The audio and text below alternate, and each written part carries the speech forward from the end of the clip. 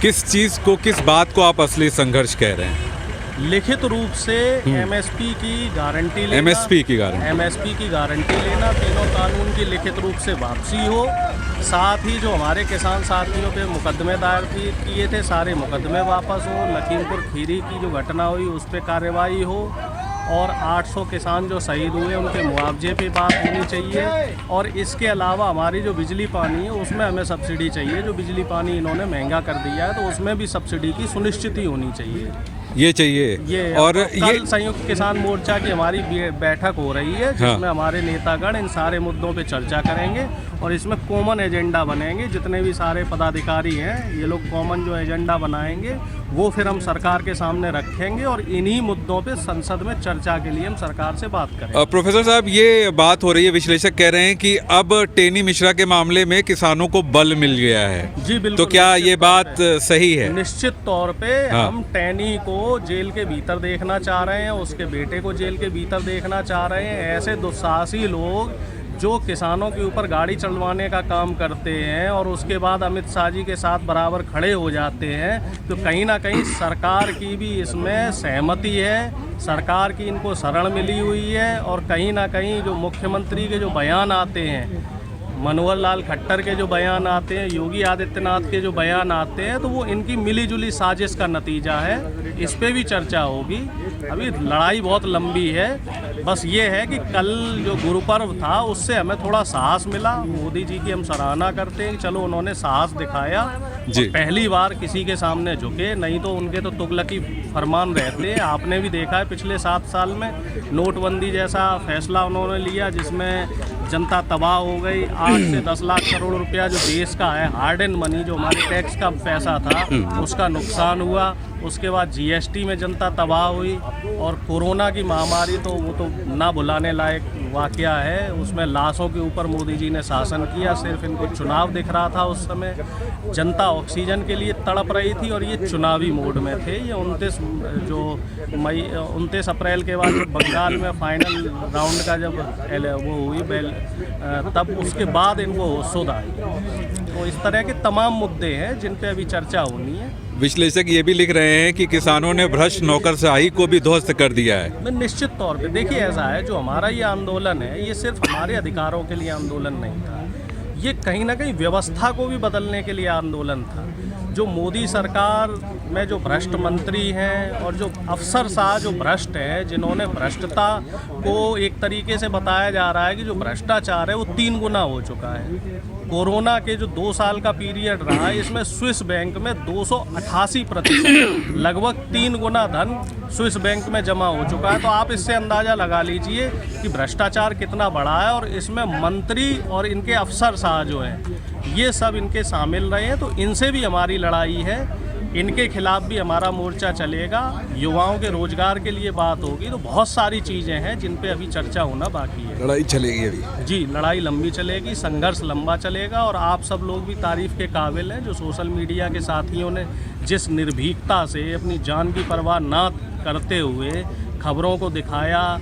कई social media के साथी ऐसे हैं जिनके ऊपर मुकदमे दर्ज हुए। अभी त्रिपुरा में 2 युवा पत्रकार हैं, 2 बहनें हैं जिनके ऊपर मुकदमा दर्ज किया गया।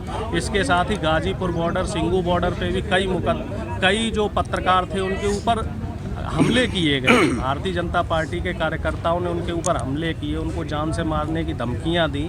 तो आप सब लोग भी बधाई के पात्र हैं और हम आप लोगों को भी बधाई देना चाह रहे हैं कि और जनता ने, जो देश की जनता है, दुनिया है, इसने सोशल मीडिया की ताकत को पहचाना है और सोशल मीडिया पे भरोसा जताया है। और मुझे ऐसा लग रहा है जो आने वाला ज़माना है वो आने वाला दौर आप लोगों का दौर है। जनता आप लोगों के साथ है। आप लोगों की जो आवाज़ है उस पर हम लोग विश्वास करते हैं। आप लोग जो कवरेज देते हैं उस पर जनता को भरोसा है। अब मेन स्ट्रीम मीडिया पे जनता को भरोसा नहीं। एक एनालिसिस ये भी निकल के आ रहा है, शायद बड़ी बात है या कह सकते हैं कि ओवर एस्टिमेशन हो रहा है कि किसान आंदोलन ने सत्ता की बुनियाद हिलाई है और ये बुनियाद शायद उन्हें 2024 में बचा नहीं पाएगी। निश्चित तौर पे जो सर्वे हो रहा है वो सर्वे ये बता रहा है कि 2024 में मोदी सरकार सत्ता से बेदखल हो रही है। उसी सर्वे का भय है जो मोदी जी को ये साहसिक फैसला लेना पड़ा। अपने जो पूंजीपति मित्र हैं उनके खिलाफ गद्दारी करने पे वो मजबूर हुए और इसका जो रास्ता है, जो शुरुआती रास्ता कहते हैं ना सेमीफाइनल, ये आपको उत्तर प्रदेश में दिखाई दे जाएगा। उत्तर प्रदेश में ये पहले बेदखल किए जाएंगे, फिर इसके बाद तमाम बड़े राज्यों के चुनाव हैं जिसमें मध्य प्रदेश, राजस्थान, कर्नाटक जैसे बड़े बड़े राज्य हैं। तो यहाँ भी इनको कहीं ना कहीं नुकसान झेलना पड़ेगा। और 24 सहानुभूति वोट नहीं मिलेगा? नहीं, सहानुभूति वोट तो तब मिलता जब मोदी जी अपने फैसले पे अड़े रहते। कम से कम उन्हें अंधभक्तों का तो वोट मिलता जो इनके कोर आरएसएस के लोग हैं। अब मोदी जी के साथ तो वो कहावत हो गई कि ना खुदा ही मिला ना विसाले सनम, ना इधर के रहे ना उधर के रहे। अब तो इन्होंने अपने भक्तों को भी नाराज कर दिया और किसान तो इनसे नाराज ही थे। भाई किसान इतना मूर्ख नहीं है, 2 बार 3 बार इनको मौका दिया और उसके बदले में हमें क्या मिला? 800 से ज़्यादा किसानों की शहादत हो गई, कई जगह किसानों के ऊपर हिंसा का काम किया गया। इनसे युवा भी परेशान है, इनसे देश का मजदूर भी परेशान है। अभी लेबर लॉ पे कोई बात नहीं हो रही है, लेबर लॉ बहाल होना चाहिए। लेबर लॉ की वजह से 8 करोड़ से ज़्यादा जो युवा है वो बेरोजगार हो चुका है, इसकी कहीं कोई सुनवाई नहीं हो रही है। इस पर भी अभी चर्चा होगी। मोदी जी का कद घटा है, ये बार बार बात हो रही है। योगी जी का कद बढ़ा है, तो क्या ये बात सही है? नहीं, निश्चित तौर पे देख लीजिए मोदी जी का कद घटा है। और अगर आप योगी जी की बात कर रहे हैं तो योगी जी तो कोई फेस ही नहीं थे। अच्छा, योगी जी सिर्फ आरएसएस और बीजेपी की अनुकंपा पे सीएम बने थे। उत्तर प्रदेश का चुनाव किसी और चेहरे पे लड़ा गया था। उत्तर प्रदेश का चुनाव जो था वो ओबीसी के चेहरे पे लड़ा गया था। निश्चित तौर पे केशव प्रसाद मौर्य के नाम पे लड़ा गया था। केशव प्रसाद मौर्य के साथ धोखा किया गया। उत्तर प्रदेश में 40 से 45% जनता पिछड़ी जाति के हैं, तो उम्मीद की जा रही थी कि पिछड़ी जाति से मुख्यमंत्री दिया जाएगा, जैसे भारतीय जनता पार्टी ने पहले भी दिया था। कल्याण सिंह को मुख्यमंत्री बनाया था, तो ऐसा लगा था कि पिछड़ी जाति का कोई चेहरा मुख्यमंत्री बनेगा और पिछड़ों की बात सुनी जाएगी। लेकिन हुआ क्या, योगी जी को थोप दिया गया। अगर योगी जी सीएम के फेस होते तो भारतीय जनता पार्टी को 2017 में 100 से भी ज़्यादा सीटें नहीं मिलती। लड़ाई चलेगी अभी? लड़ाई अभी तो शुरुआत है। हाँ। असली लड़ाई तो बाकी है।